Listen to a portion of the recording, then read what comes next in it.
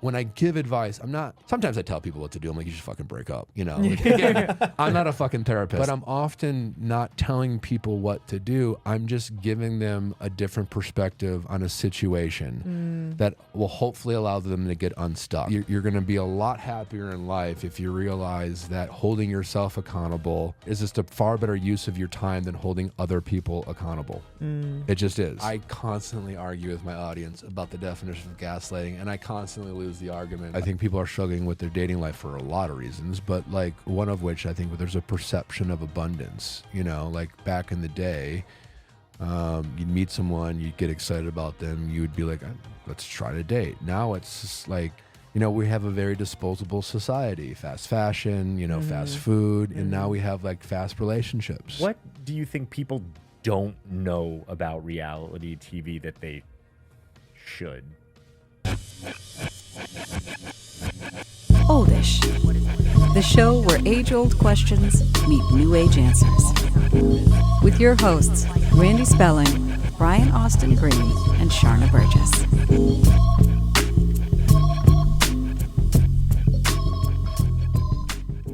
Nick Viall, welcome to Oldish. Thank you for having me. Dude, good to have you, man. Thank you so Good to much be for here. being here. Good to see you both. Yeah, nice to meet you. Yeah, It's good been to a I meet you. while. love that I've known you for ages because you did Dancing with the Stars, but then you did Special Forces with Bri, so you ended up just knowing the both of us. Yeah. Well, I've known you a little bit longer than that. You well, guys yeah, came we on got the on show. your we podcast. came on your podcast Yeah. before that. I And was that was like where I met you the first 8 time. months So pregnant. then when I crashed your room at Special Forces before we went out and knocked on the door, we already knew each other. Yeah. Yeah. Remember I Oh, told right, you before right. that I cheated the system a little bit because they were like they didn't want anybody to leave their room and Yeah. You And really then- did know everybody. Well, so JoJo found out who was in what room because I guess they left A sheet out a somewhere. and sheet she in saw the it. gym with everybody's initials and their room number. So she immediately Classic started going door field to producer door. mistake. Yeah, It was yeah, part yeah. of his strategy. Yeah, totally.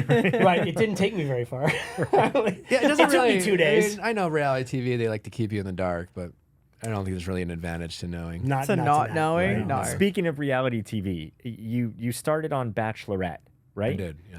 And then moved to you did a couple of those, and then The Bachelor, and then a Bachelor. and then so you've had your fair share of reality TV.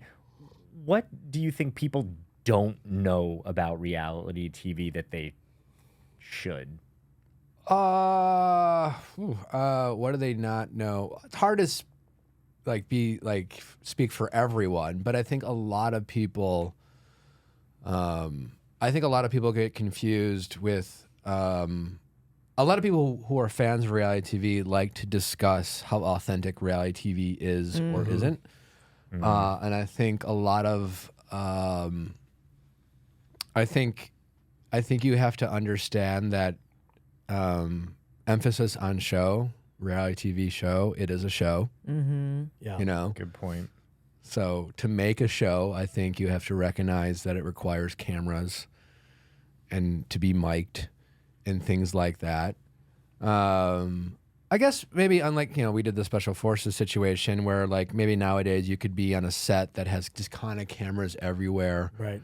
But a lot of the reality TV shows like The Bachelor or anything you see on Bravo, a housewife situation, you have like cameramen and audio people. And then the edit. And then know? the edit. So like, a scene, I think you have to understand the difference between staged and scripted, and I think most reality TV is staged.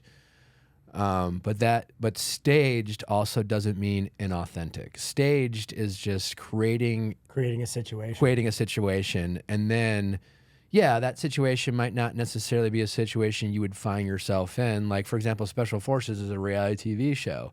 It's a reality TV show about taking a bunch of like rejected celebrities or like, and putting them in a situation they might not normally find themselves, The Bachelor and things like that. So that's a very staged atmosphere. Yeah.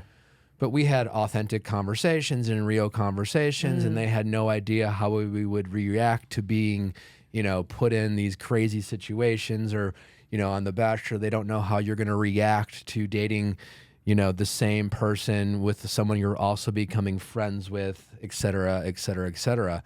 And so I think it's understanding the difference between stage and scripted would be a big thing. And then I also think, I mean, again, like also you also have to acknowledge that, like, you know, people will watch these shows because they're fans. So you're going to have to let them be fans. But Absolutely. I always it's always fun when you hear producers are often brought up when discussing reality TV.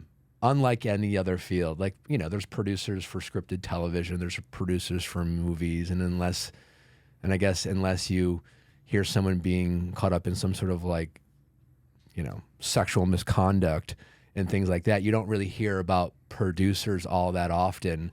Right. When making, you know, unless it's the beginning or ending credits. But Right. when you're discussing reality TV, producers are, you know, a hot topic. Like, how involved? What did they make you Right. do? What did they not make you do? Yeah. And I think it's a a lot very of, different job. I think a lot of people reality would, TV. a lot of fans, or honestly, even some reality TV people who I think maybe don't know the full scope of how this, like, the sausage is made.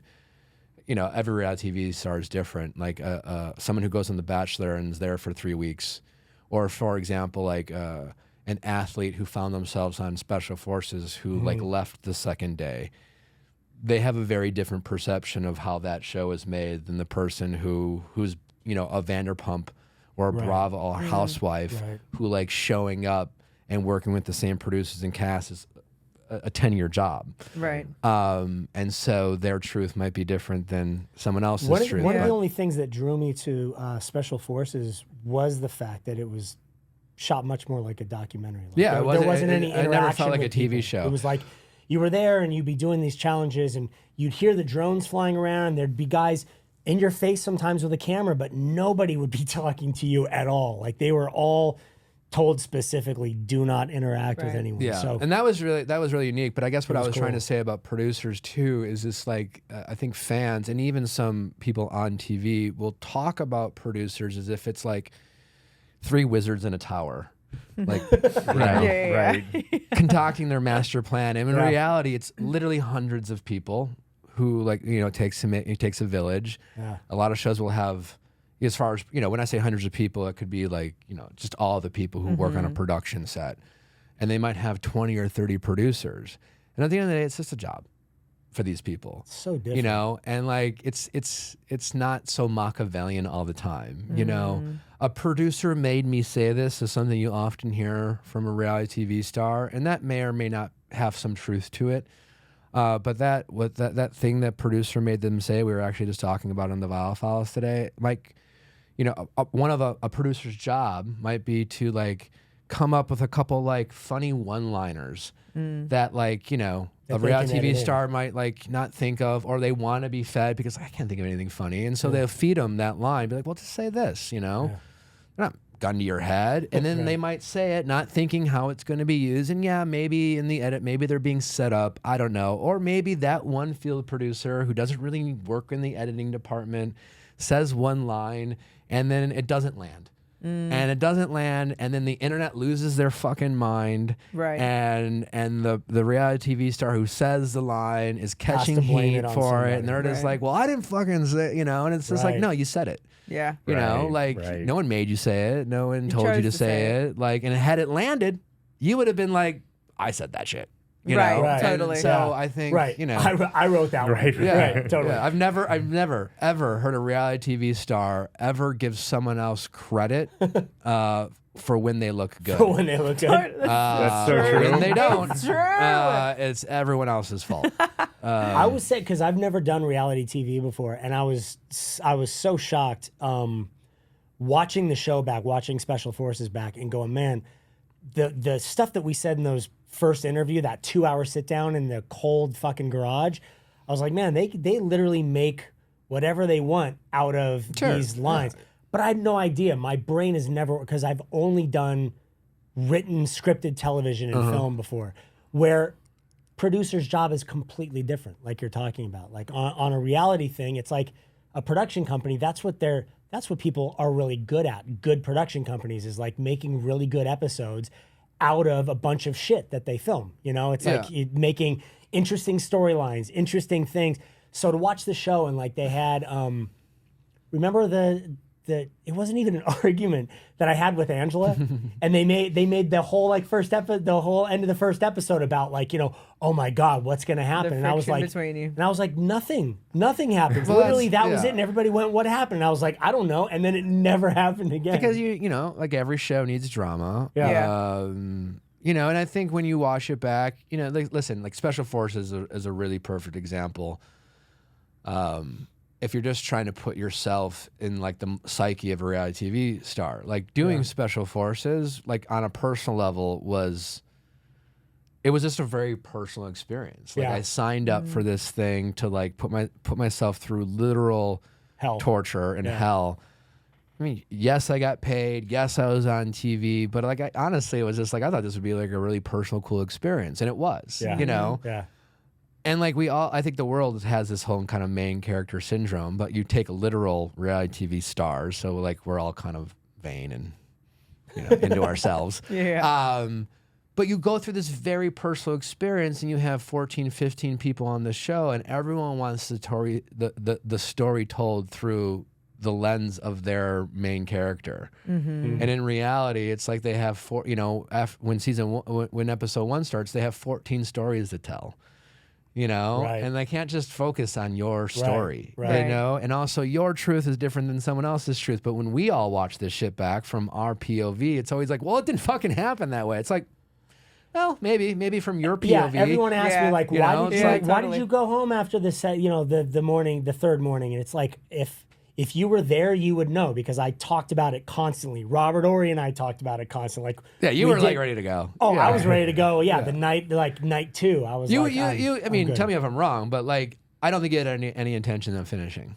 I did, but I was so sore literally after that first night of working out. I was like, I can't. But I mean, really, like, because No. like as soon as you were like sore, you're like, fuck this shit. I got family. No. I got things at home. I got a baby. I got my comforts in life. No. You could have gone farther. You chose not to. Is my point. So I remember at one point, night 2 and then morning 3, because they made us run everywhere.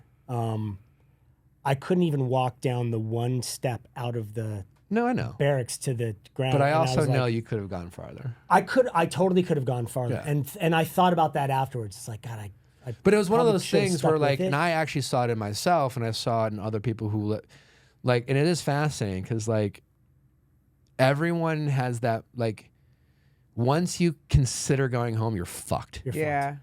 Because then you get that Right. ball rolling. And For sure. and, you know, like, and you start. I somehow powered through, but like once you because what people do is they start coming up with a narrative that is not them quitting.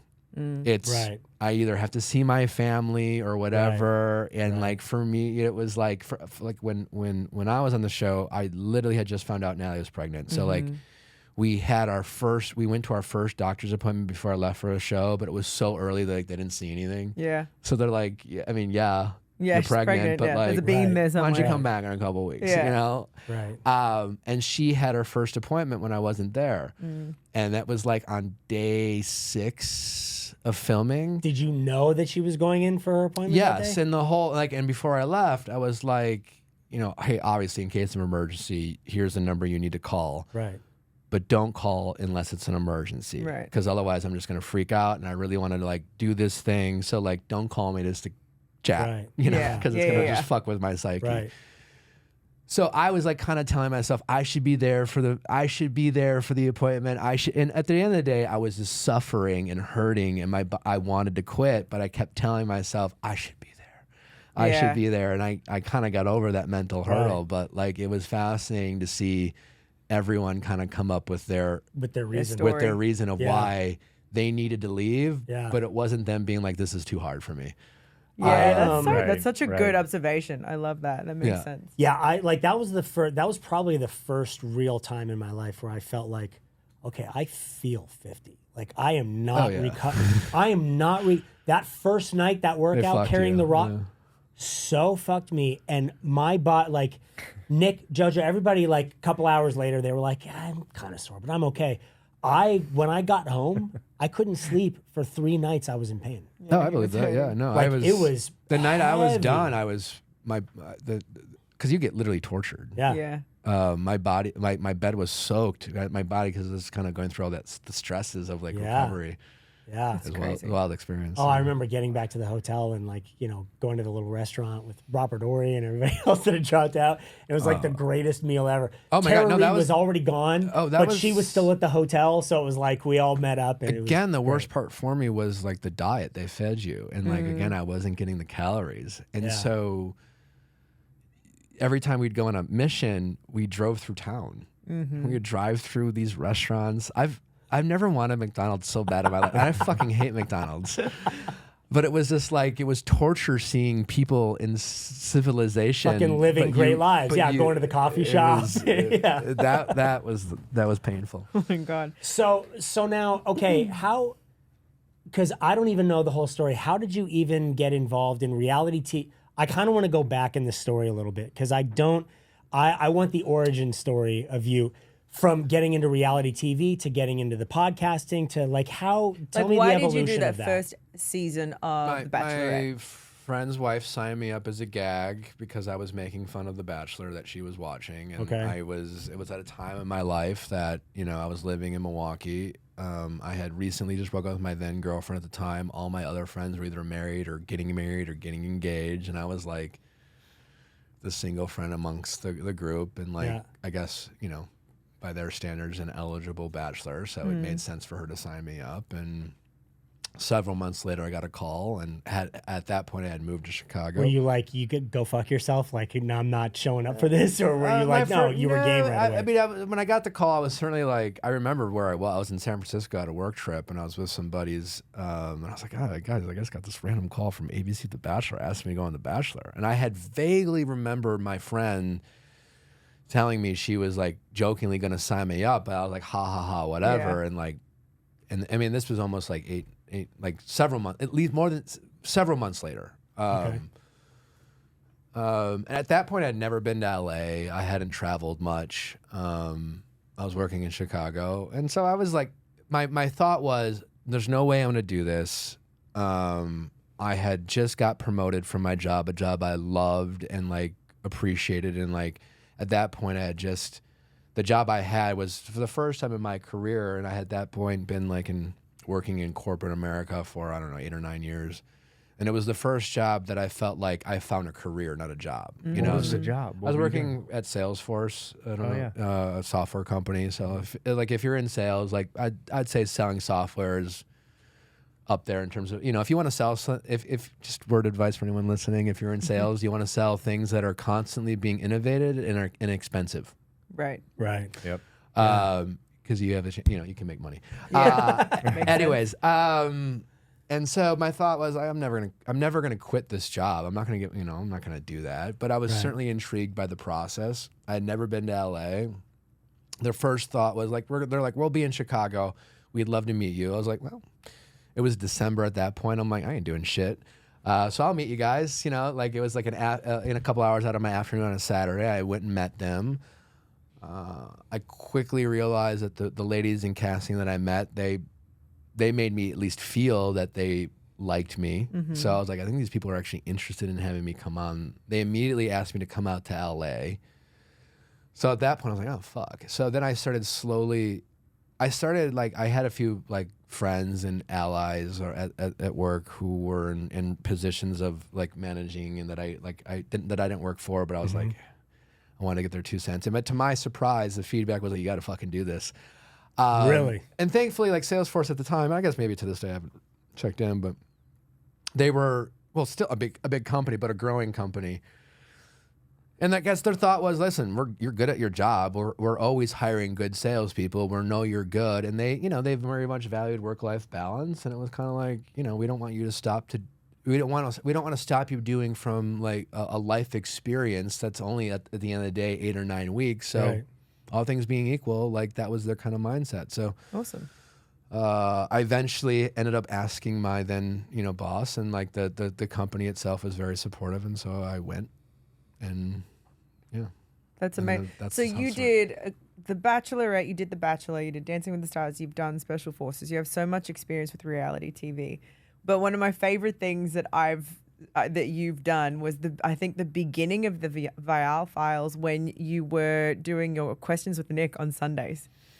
Yeah, I need to start doing that again. I Was stopped that doing when that it recently. started, right? That's kind of how my podcast started. I always wanted to do a podcast. I started my podcast in January of 19. I felt like, at least then, I know some people think I'm an early adopter, but like some of the OGs out there have been, podcasts really started in like 2017, 2016, even before that. Right. But like there was a wave of podcasting that got popular, and I had some friends, former Bachelor contestants who had a show, and so like, I wanted to, I knew I wanted to do it, but I wasn't sure what I wanted to do, and I wanted to kind of do my own thing. Like, Right. Everyone who started a podcast has had that thought exercise, Right. Yeah. and I knew I was good at giving relationship advice, and I knew that would surprise most people. How did you What it know that? was- Wait, but good? what it was, They though- were good, or like you had a funny way of doing It's it? that you were so Yeah, unique. I had my own spin, but I knew I Yeah. had a way of giving relationship advice that resonated with people. Either was thought-provoking, it was certainly direct and honest. How did you Very know that? direct. How did and you know funny. that? Yeah, Right. how was it by giving advice to friends? Or Yeah, I was always the friend who gave advice to people. I had plenty of my own relationship struggles. So like I've always been comfortable talking about relationships and dating. I've always been interested in that topic. And I guess for my own self-preservation, I did the work, as they say, to kind of get myself out of my own bullshit. And then, I guess I've always been that. I am that person who, I don't know, has, for better or worse, lacked the social tact to be like, maybe I shouldn't say that. Yeah, 100%. But that's what I loved about questions with Nick so much. I would laugh my ass off, but I was all like, but he's fucking right. Like, Yeah. it's legit what he's saying. And I remember even saying it on my own stories. One of my favorite things to do on Sunday, I was recording Dancing with the Stars in Australia at the time, was to sit there in hair and makeup and just go through all of your questions. And I love seeing what you've turned it into.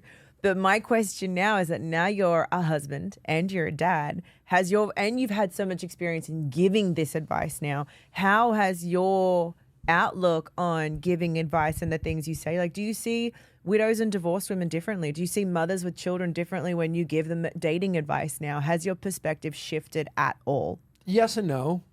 I think the short answer is obviously yes. Right. I'm always learning.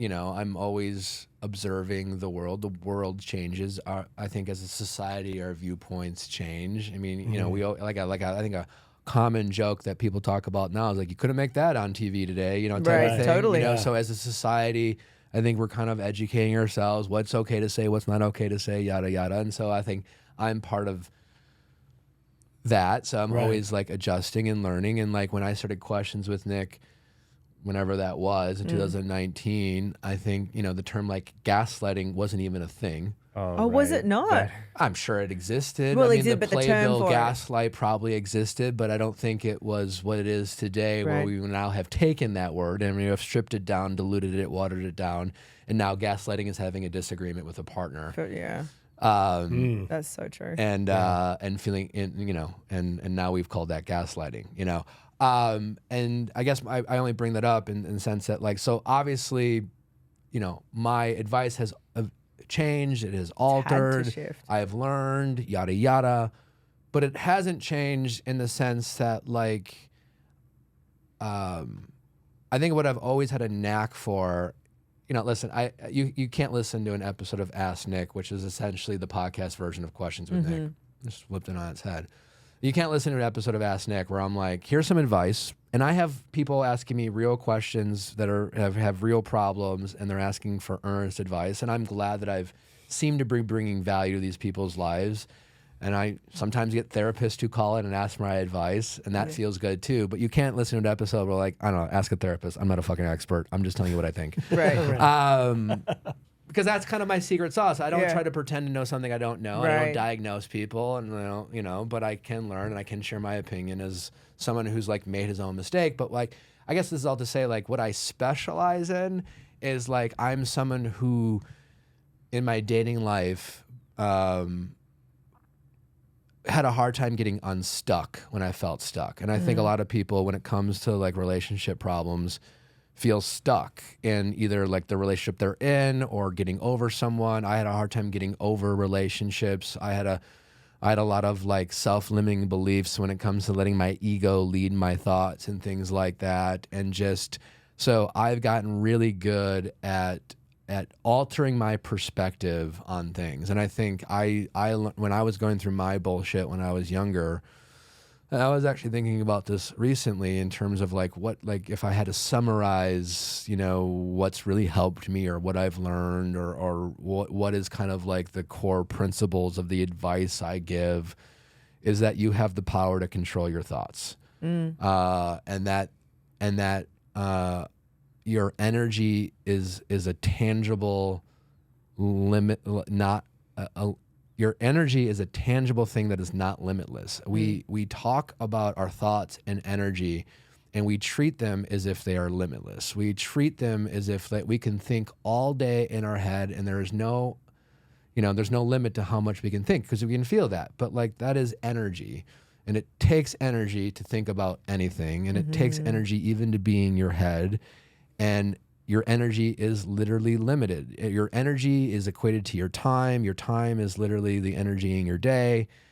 And this is like, especially like counterintuitive to how like the world operates today. But like, you're going to be a lot happier in life if you realize that holding yourself accountable, or is just a far better use of your time than holding other people accountable. It just is. Like, I know at times we can get infuriated with people, and we feel like that's not fair. We want to hold these people accountable. And there is a time and a place to hold people accountable.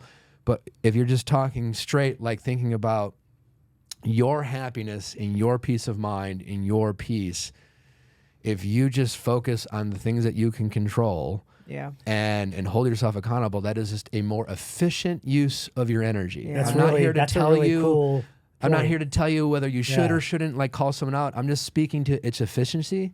Yeah. And you can get a lot more done I get focusing that. about You waste changing a your lot behavior of time trying to help somebody else work than through like trying to stuff change sometimes. someone else. Yeah. And I think those are kind of the key tenets of the things I talk about. And even like literally, I did a session today for questions with Nick, and that advice like that came up yet again. And in some version, I'm giving that advice to people, because I'm often just, when I give advice, I'm not, sometimes I tell people what to do. I'm like, you should fucking break up. Like, again, I'm not a fucking therapist. I'm not operating under any rules that therapist does. Like, I'll just give my opinion. I'm not like, I don't know if there's a say that I'm not a fucking therapist. So like, I'll say it. Yeah. But I'm often not telling people what to do. I'm just giving them a different perspective on a situation that will hopefully allow them to get unstuck. Because usually people call me when they're stuck. And stuck is being like, I either thought about this over and over to myself. I've talked to my circle of influence. They all tell me the things I want to hear, and it's not helpful. Right. Or even my therapist, even though my therapist maybe is telling me, my therapist is turned into like, just like my partner, where like we don't like listening to our partner. Yeah. How often, like I'll say, there's often times they'll be like, yeah, you should do X, Y, and Z. It's like, yeah, my husband says that. I'm like, well, but like sometimes you just need to hear it from a third party person who's not biased, who yada, yada, yada, doesn't have a thing. So I guess, you know what I'm saying? Like, I still talk a lot about the same stuff, but I guess, as a father now, as a married man, my perspective on life hasn't changed, but I'm learning about situations I didn't care about before. I have new thoughts and feelings about relationships. And like, for example, one thing I never talked before, again, I was better at talking about getting over people. I was better at talking about navigating, I didn't have a lot of like, well, let me tell you how to be in a relationship. Right. You didn't have the experience. I mean, I had plenty of relationships, and I guess I could give you some advice, right. But one thing I talk a lot about now is connectedness, like, a saying I always say, again, I didn't come up with the saying, but I think it's pretty common. Like, do you want to be right or do you want to be happy? And,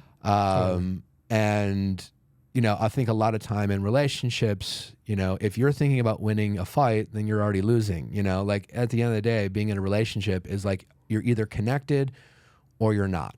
And like everything else, a bit of a spectrum. You know, I think there are days where you two probably feel really close, really connected, really on the same page. There are other days, it may even be tomorrow, where you're like, I don't know, I just feel like a distance. We're on the same page.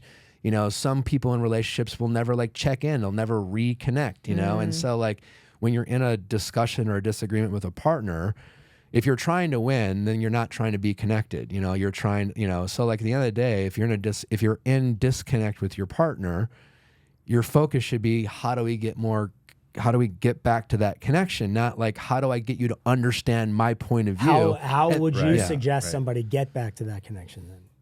Well, I guess again, depends on, you know, well, one, it's having that mindset. It's like, it's knowing that what you're actually trying to do is to reconnect. And I honestly, like, Natalie and I jumped into couples therapy shortly after we got engaged, you know, just as like, you know, to get better, be proactive. And you know, and she had some stuff she wanted to work through. And so it was like a combination. She entered into, you know, I was already in individual therapy. She entered into individual therapy. So we're like, let's do couples therapy. Yeah. And it wasn't until that I even heard that. So, but as soon as I heard that, I started incorporating that conversation into the things we talked about. So yes, I'm always introducing new things that I'm learning. At the same time, I wouldn't say I've drastically altered my position on relationships and things in general, because I still go back to, you know, I can control what I control what I think, and my energy is better served holding myself accountable. And I still kind of follow those kind of key principles into the advice I give. And you seem to you give advice on what it is you know. So now I'm assuming you can just give more advice on things because you are experiencing more broader perspective. Yeah, you're on experiencing things, having a child, new being in a experience. good relationship that has been around. Okay, for so longer you than can give advice on all these things, right? But sometimes you can give amazing advice to other people and in the world, but it's still hard to implement into your own life. So what is in your household? I'm not biased with, like, you know, if I don't know you, you know, and like, I mean, I know you guys, but if you guys were to come to me like we're having a fight, I mean, I guess I want you guys to get along, but I'm not invested in the outcome. Right. I don't care. Yeah. So when I give you advice, there's no bias. There's no winning or losing. There's no need to feel heard. So that's why everyone's good at giving advice better than they're willing to take, because as soon as I, like, you know, if I'm in a fight with Natalie or if I'm in a fight with Brian, I'm personally invested in that outcome, you know? And so it's just harder to, you know, my ego's now triggered. It's like, I want to be right. I want to be validated. I want to, you know, there's all these other variables that we're not considering, you know, and how we want things to play out. What's the number one tool that you and Natalie use? Not the one tool you tell other people to use, but what is your go-to? You're having an argument. It's the silent treatment. You know, you're passing each other in a whole bumping shoulders and nothing's being said. If you get there, we don't necessarily, but like if you get there, what's your number one thing? Do you turn around and go, you want to be right or you want to be happy and break that wall, or do you I would definitely never say that to her. Well, because that would be coming. I never want to sound. I mean, I'm joking when I mean, sound like a therapist. I don't want to sound like, she's my equal. She's not. She's not somebody who's calling into the show. Right. Yeah. Exactly. Well, we use that language. And we're like, I'm not, you know, one of us might say, I'm just not feeling as connected to you today. Yeah, so we use that to too. either of us, it's like just like a raising the hand of like, you know. Right. Okay, let's check I want to in. Let's have you this know, so that's conversation. saying I don't feel as connecting is like, it's also saying I want to connect more. I want to connect. Right. Yeah. If we're in a fight, we learn through our therapist that, you know, she's really big in like child psychology, and which is always funny because it's like, I swear to God, like before I started talking to Darlene and I started talking to my therapist in like the beginning of the pandemic, and it was kind of like, I'm always advocating for therapy and I'm like stuck at home, so fuck it, like let's try therapy, you know. But she's really into the whole like child psychology and things like that. And then all of a sudden, it's like everyone talks about childhood trauma. All of a sudden, it's like, wait, I never, like 2 years ago, another example of like, I never referenced this, you know, no one ever talked about it, but now everyone's talking about it. Right, totally. And there's a lot of validity to it. But anyways, Darlene, my therapist, informed me that when a couple if you're arguing for more than like 5 minutes with your partner and you just stop. Yeah. Someone needs to say, hey, listen, we're disconnected. Let's take a time out. Because at that moment, you guys are just in your subconscious brain. Your child is coming forward, and you're arguing from a place of your child, your 6-year-old you is arguing with your wife. Childhood wounding and pattern. And it's like it's like something like that. So so there have been times where it's usually Natalie, because I'm the person who wants to just keep like talking Keep it pounding through. away And she's at always it. like, I'm taking a break, and I'm like, fuck, Someone's got to say it. But I've it does been in a work. relationship before where it's like I would get to that point and I go, I just need to go take a walk. Yeah. And it was like, no, you can't take a walk. And then I felt trapped. And then it was like, I'm just more mad at Yeah. him. I think I the just best- wanted to like yell and win something so I could Yeah. get out But of the that room. one, like you're right, that relationship you're speaking of, the arguments would go on and on about the minutia of Oh, things. yeah. Now it's Oh not my even the God, original hours. arguments. Hours. Now the it's like arguments start the with shitty something things about like words being said. something valid, and then all of a sudden it just becomes Well, no, it just- because you just stop about winning. listening. You're waiting to respond. You're not listening. Yeah, You're totally. Now you're bulldozing just trying each to win. other. You're just Yeah. like, I'll never forget a fight I had with my first girlfriend, and I'll just like, I don't know what it was about or whatever. It doesn't matter. But we were arguing on the phone. I remember offering a solution, of which was immediately shut down. Fast forward to like an hour later, and she was like, if you would have just said verbatim what I had repeated earlier in the conversation, and I was like, I'm gonna lose my fucking mind. And like,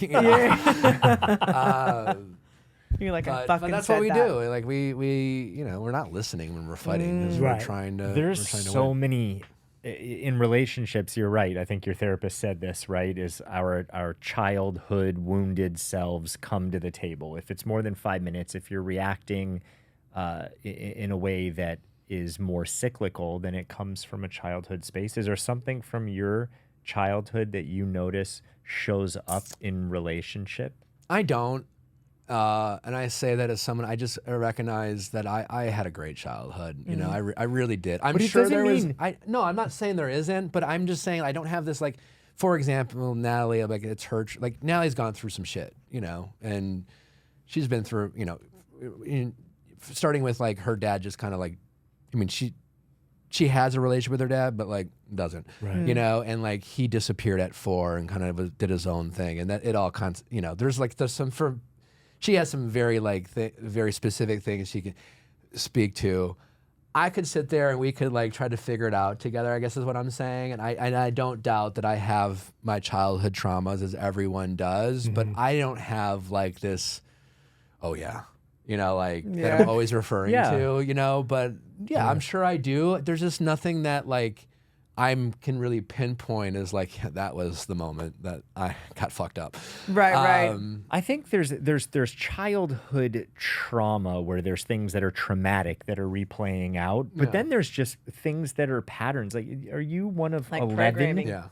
11 Yeah, I have kids. 10 siblings. Oh wait, I didn't So- know that about you. You're one of How did 11. you not know that? You knew that. You forgot. I forgot. I Let's actually be real. I knew forgot. that. But we had talked about it, I think, in New Zealand. Like, Right, it so somehow it, came That's up. crazy. it could even be God bless the- your mother. right? Like the role that you played in the family, and you're the one who kind of plays that role in your life now. Yeah, sure. I mean, I'm the oldest boy. I have an older sister. I always joke that I'm an only child with 10 siblings. I was just like really independent.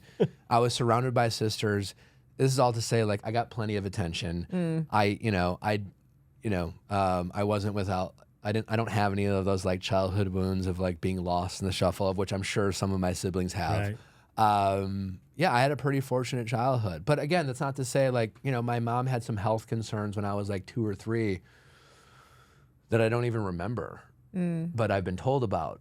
And maybe that is some trauma that I have of being disconnected with my mom at an age where it was like, you know what I'm saying? Like she was in and out of like the hospital, and I have like very vague memories of it. So like maybe there's some trauma there that I don't even really fully know about. Right. But I guess what I'm saying is like I recognize the concept. I recognize that I have them. I'm not trying to be like I have no problems. I had a perfect childhood. I'm Right. just like there's nothing pivotal in my memory as opposed to other people who, whether it's like a disconnect from a parent, abuse, things like that, that a lot of people suffer from and don't address. Yeah, some people's are much more active. Yeah.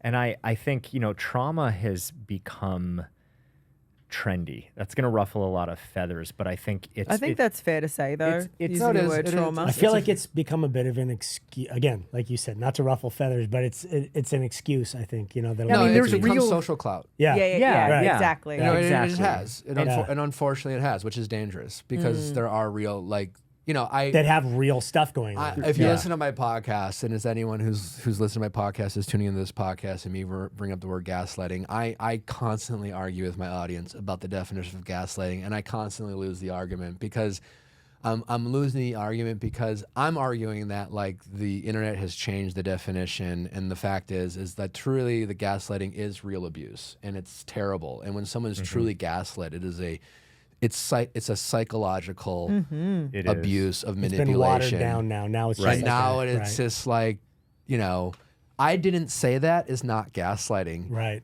Have you ever been in a fight with a partner? right, Have Oh, you yeah. ever not felt crazy? Right. Arguing with your partner? right, Yeah. And yet people think that if you feel crazy in an argument, That's you must right. be being gaslit. No, Right. maybe you're just like not on the same page. You're disconnected. You're not listening. You want to be right. Your ego's taking over. That doesn't mean you're being gaslit or that you're gaslighting. And the fact is, there are some people who truly are.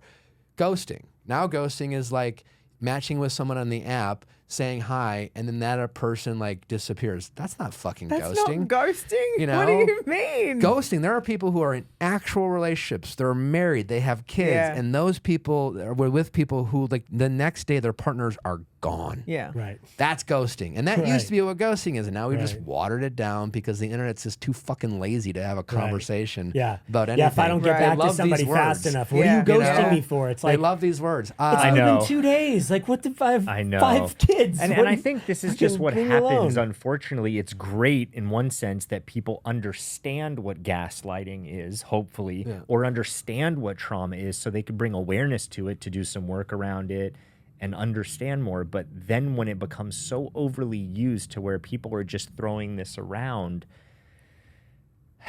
it just Yeah, it's whether it's what ADHD. I mean, now autism is like Yeah. a thing that, like, you know, Right. it's like, and it's always a balance, right? On one end, we're bringing more awareness and nuance to something that was overlooked. Like, for example, autism. Like, we've understood as a society that like being autistic can mean a lot of different things.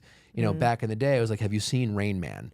You Right. know, Yeah. Right. and if Right. you know, it's like that's being autistic. Well, that's sure that is, but That's like one there's form, other right. things. Yeah. You know, there's a spectrum, right? Broader spectrum. Yeah. But of course, now we've had people who have taken advantage of that and self-diagnosed and Right. or been They have one diagnosed by trait of someone who's it. not in a position to diagnose, or they've gone to a website that you can take a test or two and diagnose themselves.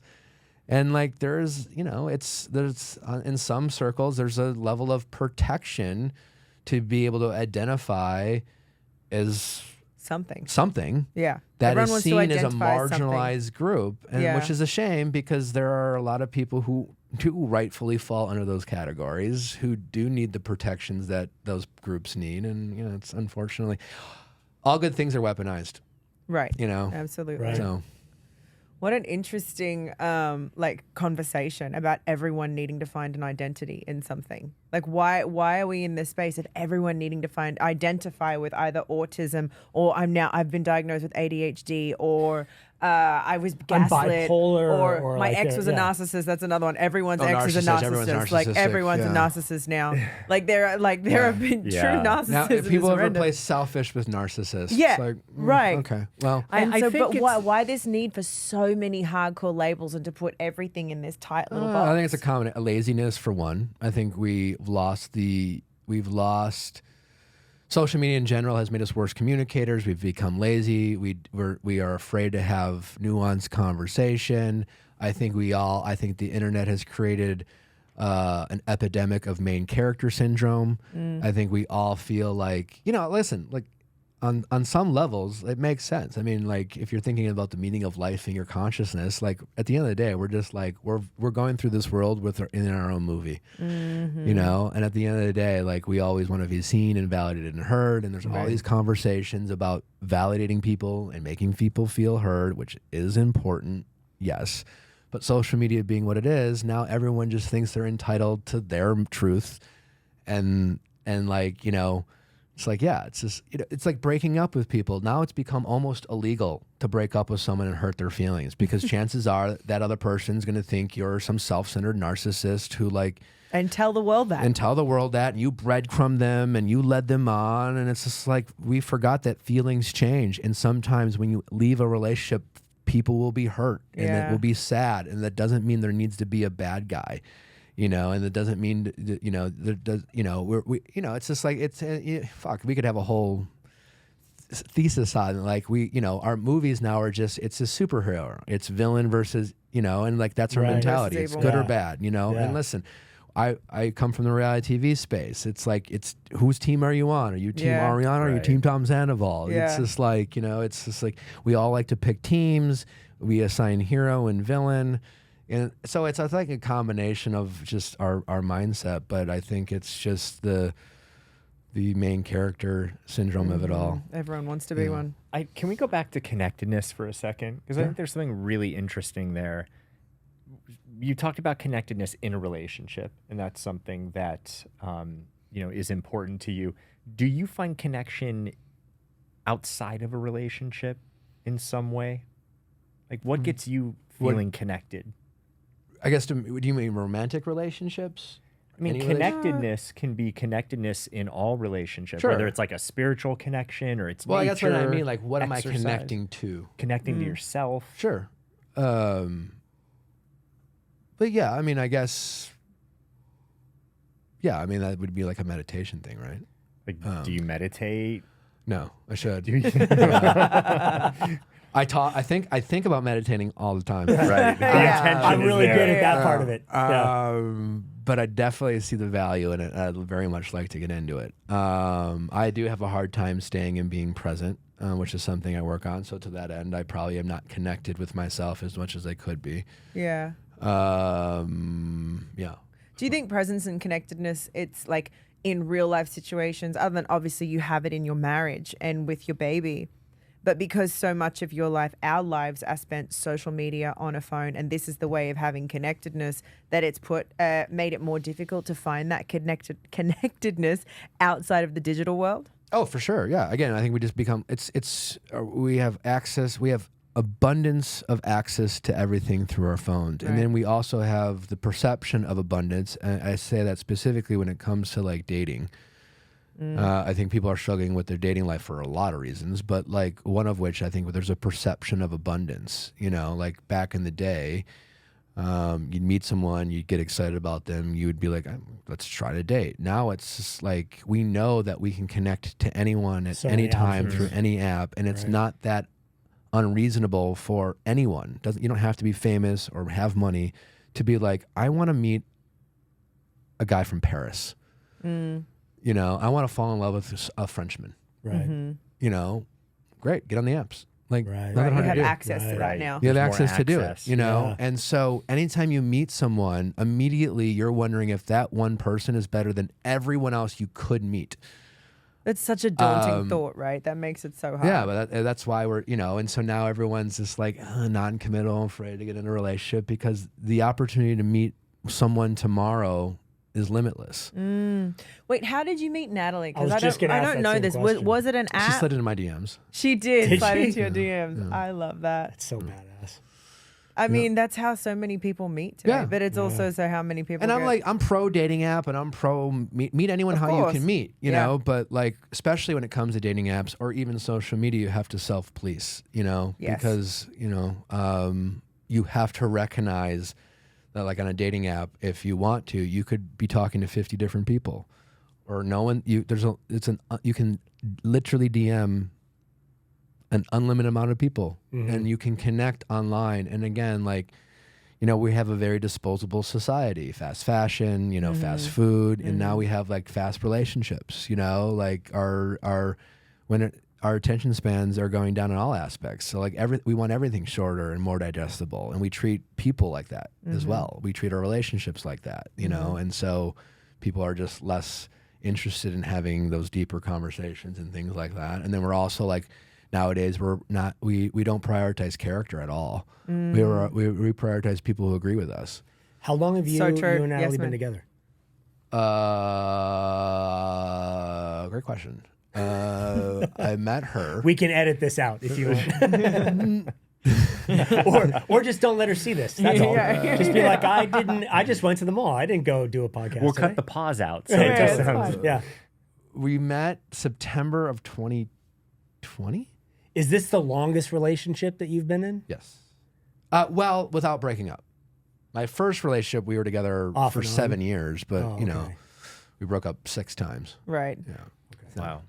So how did you know that she was it for you? I mean, like, I'm someone who, you know, again, I had my own relationship baggage and struggles. I had 3 committed relationships in my 20s. I was Mr. Monogamous in my 20s. My 30s were like what my 20s should have been. You know, I kind of flipped it. So I took more risks in my 30s. You know, I moved in my 30s, you know, and I spent, you know, my 20s trying to like live the life that I thought I wanted to live and that my parents had. That and you yada, should be yada. living, right? And so I was pretty single throughout my 30s, not counting any relationship that started on TV. And a handful of like a couple month relationships and things like that. But for the most part, I didn't have a seriously meaningful relationship in my 30s or since my early 30s. And so like you don't really know, like it's different falling in love when you're 19 or 20. You know, you have that naivete to be like, I don't know, I feel something, fuck it, let's do it. Yeah. And I think when you get older, you have some relationships that fail. You get in your head. It's like, am I cynical or am I just like more realistic? You know, and it's like, am I gonna ever fall in love or do I just pick someone? It's easy to get in your head. And I guess with Natalie, you know, I've talked about this before, but she is younger than me. I did have reluctance about that, and so you know, we weren't boyfriend and girlfriend for the first 9 months. She pursued me. She very much tried to make it a relationship. I was very resistant to that. And finally, I kind of had a conversation with myself, and it was like I could do what I've done for the past 10 years and kind of let this go, and think of all the reasons why this won't work out. And I had plenty. Or I could just recognize that I care about this person and I can not operate from a place of fear, and I could take the risk and we could date and I could see where it goes, knowing that we could always break up. But I do think I really care about her, and you know, that was kind of the decision. It wasn't like I can't honestly say that I was like, I know she's the one. Right. I had the same like, thing with my ex-wife because she was a lot younger than me when we first met. Yeah. I was like, no, the age, it's too, like, I'm just coming out of something. I already have a kid, like, you're not. And she pursued me. And I remember it wasn't until she finally gave up and she was like, okay, well, I'm just going to go date somebody else. And I was like, whoa, wait a minute. It's a tale as old as time. I don't want that. And that's when I realized, like, okay, I should. Yeah, now I was I'm just like, into fuck this. this. And I was just I like, should well, just give this a shot. Like, apparently I'm going to lose this. And this is really special to me. And so, like, I knew I really cared about her. And, like, I think through that process, it made me realize how much I cared about her and just how meaningful the relationship was. And Yeah. One of the lessons, too, that I learned in dating was just like, because I would go through relationships and you start building up this this arsenal of these red flags, these things that you went through. So you start, like, you know, applying them to everything. Like, okay, I'm going to look out for this. I'm going to make sure this doesn't happen.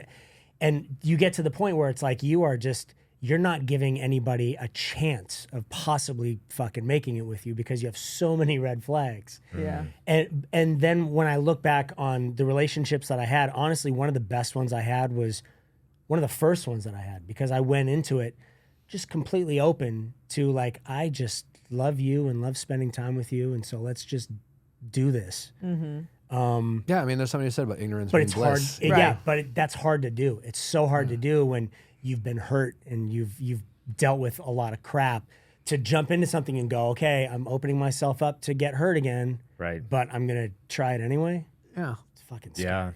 Yeah. It is, but like, what's Right. What else is the choice do point? you have? Do you want a good relationship, or do you just want to jump from relationship to I was relationship? terrible at I was a serial monogamist. I was terrible at relationships, but I was in lots of long-term ones or lots of things. I made terrible choices until I was in my 30s, and that's when I started to do the work and to understand I'm the common denominator. Like, I'm definitely making the choices here. Or I found that I was even creating the situation. Like, if I wasn't getting the chaos that I was used to, I'd create the chaos. It was a whole thing. Yeah, I refer that as toxic stimulation. Is that what? Yeah. I would turn a guy into it if he wasn't already it. Childhood trauma. But then I did all the work and I met Brian. What I realized was it wasn't necessarily a slow burn. I knew I was attracted to him. I just knew there was something different about it and that it was so fucking easy. It was always easy. Nothing was ever difficult. It felt comfortable. It felt like I'd known him forever. And it's still easy for years later. Easy just because we were both finally in that place in life where it was like neither one of us were about the bullshit. We're like, okay, sometimes as soon as things aren't working, we sit down and we talk and we go, hey, let's talk this out because this doesn't, we don't this fight. doesn't feel we right. discuss. Yeah. Sometimes it's a little warm in temperature. Oh yeah, but for sure. Yeah, we discuss. Yeah, You're only human. Yeah. Speaking of discuss, that is the end of our episode here for everyone that's listening. But if you want to continue the show, you can hang out with us after the show. That's going to be over on Patreon. And so you can head over to oldishpodcast.com. You can check out all the tiers that we have and all the different ways that you can watch, see our bonus footage. We're going to hang out with Nick a little bit longer. We're going to play some games. We're going to ask more questions. We're going to have some fun. And hopefully we'll see you guys there. So thanks everyone for listening. Thank you. Bye. Thank you. Bye. Hey, if you're going through something right now, if you need additional support, then please reach out to me at randyspelling.com/help or go to my Instagram at randyspelling. Thanks.